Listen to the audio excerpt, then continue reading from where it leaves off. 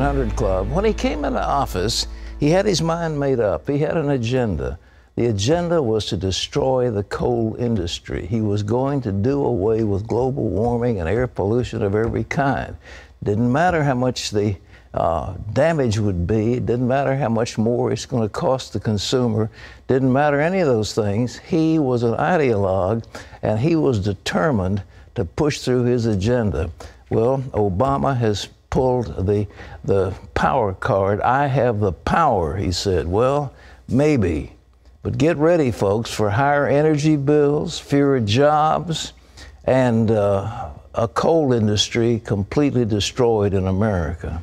Well, those are warnings from critics who say that Obama has really made a mess with these new regulations on climate change, and they won't really help the environment either, according to some. Some opponents are lining up to take the new rules on power plants to court, and some states may simply ignore the plan. Ephraim Graham has the story. We're the first generation to feel the impact of climate change and the last generation that can do something about it. Critics wasted little time responding to President Obama after he unveiled his new plan to cut so-called greenhouse gas emissions at American power plants. The president says he's pushing to slash carbon dioxide limits by 32% by 2030. The EPA is setting the first ever nationwide standards to end the limitless dumping of carbon pollution from power plants. Opponents are lining up to push back against the president's plan. A leading American coal company, Murray Energy, is filing 5 federal lawsuits to fight the new climate rules for power plants. This new plan is also frustrating for leaders in at least 16 states who will face tougher carbon dioxide reduction targets than they originally planned under the president's previous proposal. Many states have threatened not to obey the new rules, but the administration says states and coal producers will have some flexibility. Still, even the White House estimates the emissions limits could cost $8.4 billion a year by 2030. And Republican critics say the rules will also hit people at home in their pocketbooks. They'll also likely result in higher energy bills for those who can least afford them.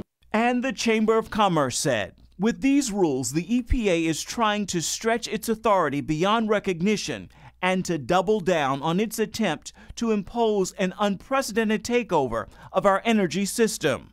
The regulations will face several lawsuits in court, but the burden of the plan really falls on who Americans will elect as their next president in 2016, since the new rules don't take effect until President Obama leaves office. The next president needs to have their act together.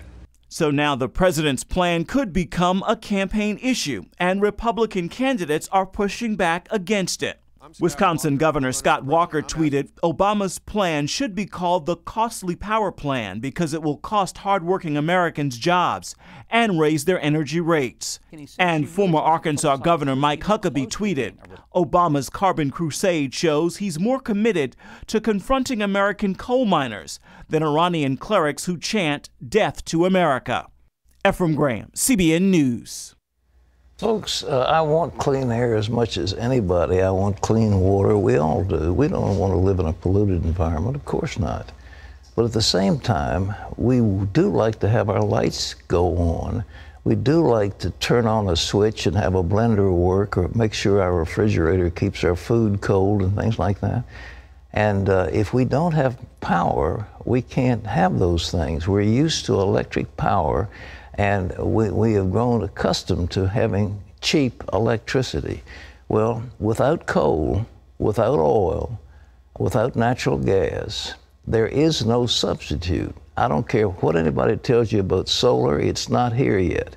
I don't care what they say about wind energy and all those wind farms. There are not enough windmills they can build to power the grid. It just won't happen.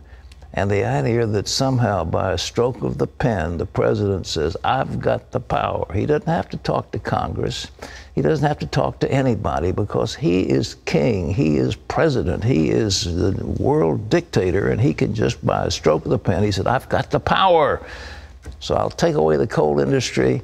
I'll eliminate the ability of American people to get free and cheap energy, not free energy, but cheap energy, I'm going to do that.